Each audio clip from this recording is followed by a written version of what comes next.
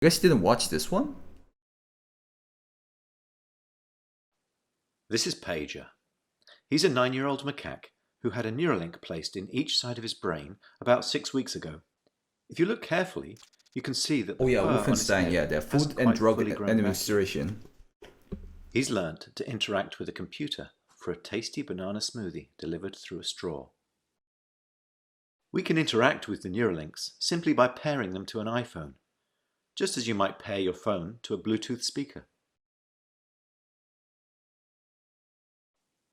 The links record from more than 2,000 electrodes implanted in the regions of Pager's motor cortex that coordinate hand and arm movements.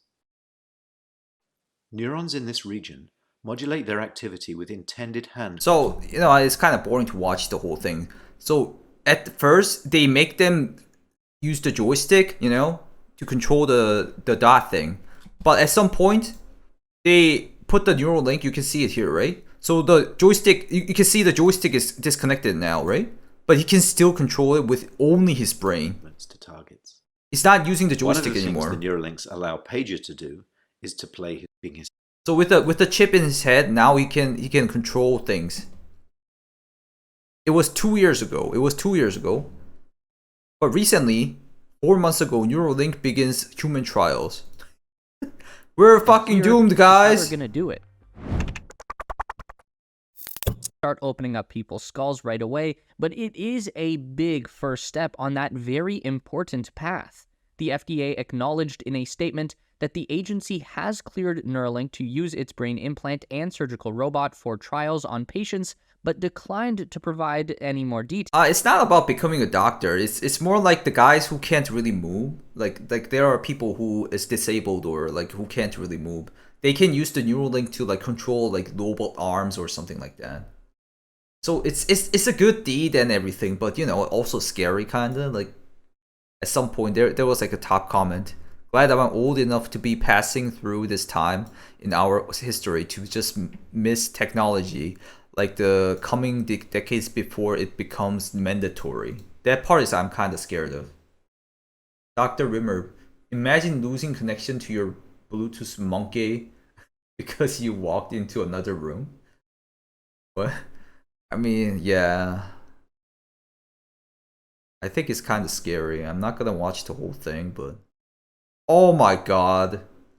Let's watch this part though. BCI is something called the Utah Array. It's a square computer chip with a whole bunch of little Imagine electrode getting spikes. hacked. It's literally Cyberpunk 2077. You and then your brain just what chip is defective? Yeah, you're gonna lose your brain cell, like literally. It's a step towards augmentation. I only know augmentin, bro. Coming I gotta out look of it it. up. So what they do is cut out a chunk of your skull, insert the Utah Array into the outer layer of your brain, and then attach a miniature computer device directly onto the top of your head that connects to the array on one end and has a big wire coming out the other end.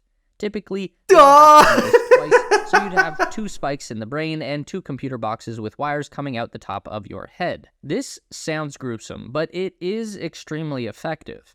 The best example I've seen so far is the story of Gert-Jan Oskam. This guy was injured in a motorcycle accident 12 years ago that left him paralyzed from the waist down, but he's recently regained the ability to walk thanks to BCI technology. Yes. In Mr. Oskam's case, he has electrode arrays inserted into both halves of his brain. It's really good those thing. are connected with the 2 devices that he wears on a head strap.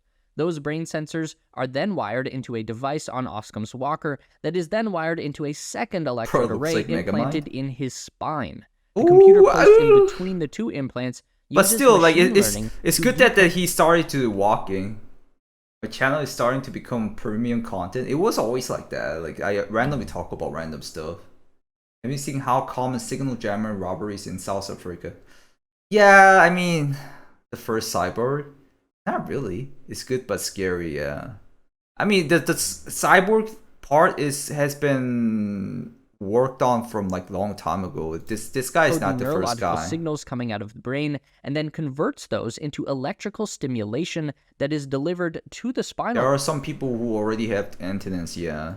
But, like, cord, which will trigger. I think this is like way more advanced. That's what I'm trying to say. It's a good thing for like the people who's disabled or who has an injury. That will help out them, but like also scary, as we just said. Whew.